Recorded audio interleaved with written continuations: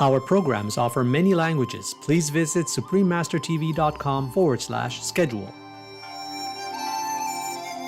By the merit of composing this, may all beings under the sky be saved from untimely death and present obstacles. Please continue watching to find out more.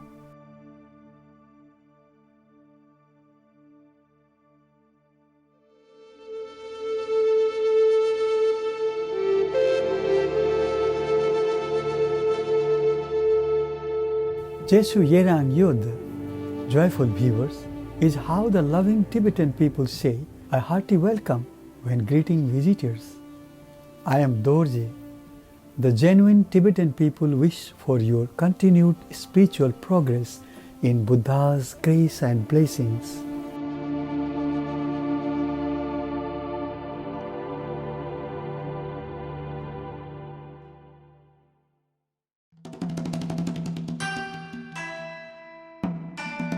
Tibetan Buddhism is a religion with a rich cultural heritage that emerged from a wide range of spiritual practices. These include the complete scope of the Buddha's teachings from the Hinayana, Mahayana, and Vajrayana traditions. Different schools belonging to Tibetan Buddhism today include the Nyingma, founded by Padmasambhava, Kagyu, founded by Tilopa, Sakya, founded by Konchok Gyalpo and his son Sachen Kunga Ningpo, and Gelung, founded by Tsongkhapa Lobsang Drakpa.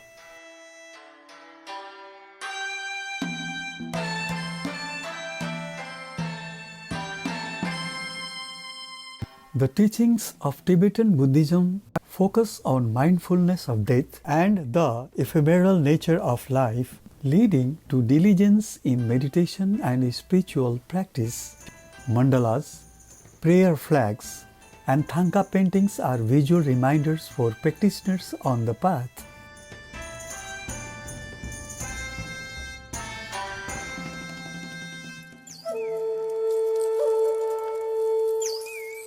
Born in Tibet in 1913, Chatral Sangye Dorje Rinpoche left home as a young teen, traveling on foot to study and practice with several highly respected spiritual masters of the time. After briefly serving as a personal guru to Tibet's regent king, he cast aside worldly life once again and spent years meditating alone in mountain caves. This was how he received the name Chatral, which means hermit. As a strict vegetarian himself, Chatral Rinpoche also rescued millions of fish that had been destined for slaughter by purchasing them and then releasing them into a protected area of the Indian Ocean. During his life, and since his passing at age 102, Chatral Sangye Dorje Rinpoche is considered among the most highly realized Tibetan Buddhist masters. Today, we will continue with excerpts from the compassionate action by Chatral Sangye Dorje Rinpoche on Yolmo and Maratika, the sacred places of enlightenment.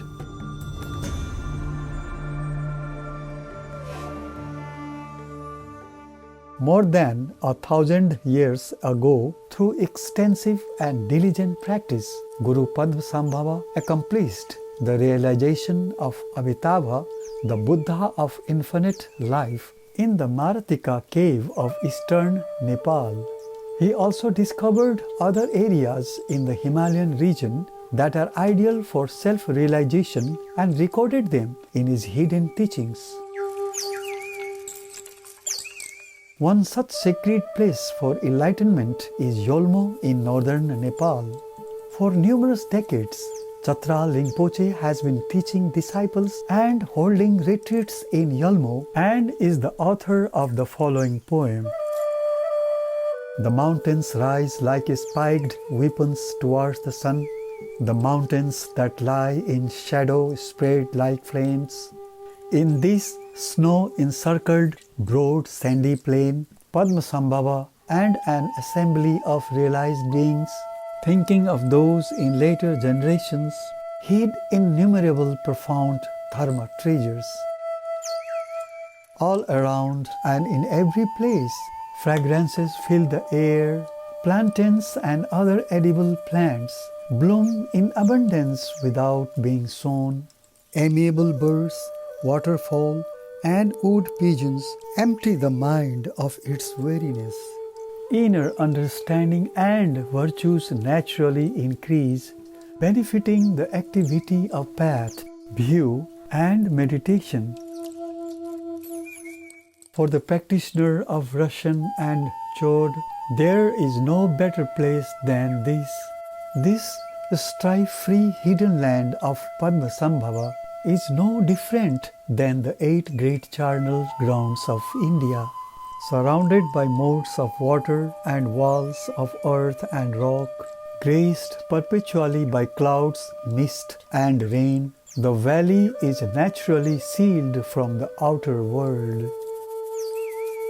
If from among hundreds there are a few endeavoring to practice dharma from their hearts, I say, come to this place for the attainment of Buddhahood in this life. Practitioners of the inner yogas remove obstructing conditions here. May there be spontaneous and a spacious benefit for oneself and others. Chatral Rinpoche wrote about Maratika in the melodious Tambura of Joy for those who do not know about this auspicious place and who might in the future have the chance to practice there. Homage to the Guru, Yidam and Dakinis. To the essence of all appearances, Padma Abhitaba, to the embodiment of emptiness, the Great Mother, clothed in white, to the 3 root-long life deities, the mudra of non-duality, I bow down with devotion and beseech you to bestow the empowerment of immortal life. On seeing this place, boundless wonder arises. Through merely hearing the name, the seed of liberation is planted. By recalling it, accidental death is prevented. Through making prostrations, circumambulation, and offerings, great accumulation of merit is accomplished. The sky around it forms a vast 8-spoked wheel. The ground is shaped like an 8-petaled lotus, with the middle swelling up like the flower's pistil. The landscape being wide and open, the sun remains for a long time and the weather is temperate. In the front, a stream gushes forth. The center of the holy place is a huge self-existing assembly hall, high and spacious with room for 1,000 people. There is a single skylight in the center, shaped like a round wheel.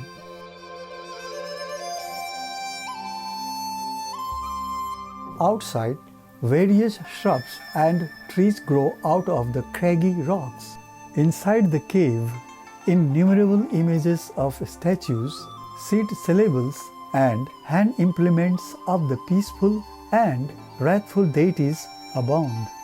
The unique characteristic of this holy place is the many stone lingam or stalagmites ranging in size from 6 feet to 6 inches. Naturally formed, they are white, smooth, shiny, and resplendent. During auspicious times, nectar collects like moist dew and drips down. There are many crevice-like holes through which one can taste one's positive or negative karma to see whether one is headed for a birth in the lower realms or to the higher realms and the path of liberation. Below this holy place is a cave whose entrance faces to the southwest. The mouth of the cave is not so big, but once inside it opens up, and is very wide and spacious with enough room to fit 100 people.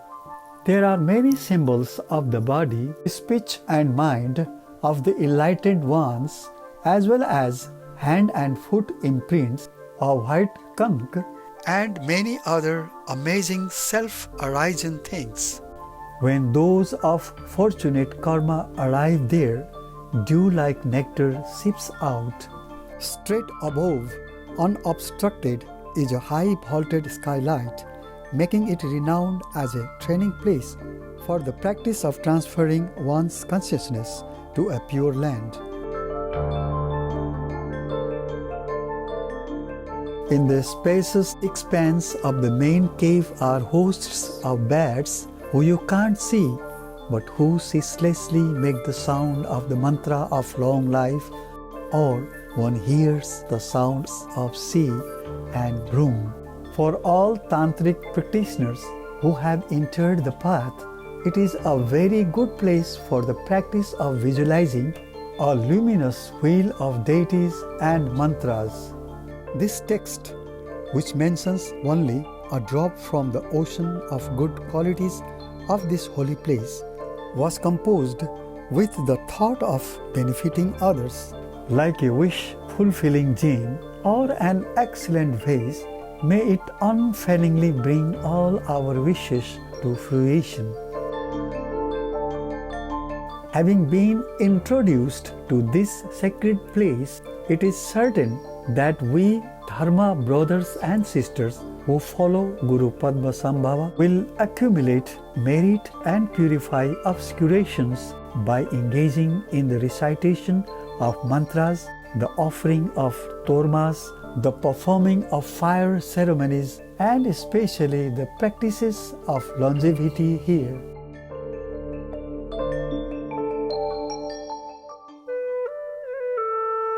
By the merit of composing these, may all beings under the sky be saved from untimely death and present obstacles, and ultimately, having attained the level of the protector Amitabha, lead all beings to that state. By the blessings and power of the truth and the wondrous compassion of the Buddhas and Bodhisattvas, removing all harmful and disadvantageous circumstances without exception, may we reside in continuous glory, and may each day and night be auspicious. My daughter Saraswati Devi, bestowing offerings of a stainless scarf and writing paper, requested me to write a praise of this holy place. Therefore, I, the old vagabond father Sangye Dorje, wrote this in the fire tiger year on an excellent day of the 10th month between seasons at the supreme holy place of Maratika, which puts an end to death. Subham.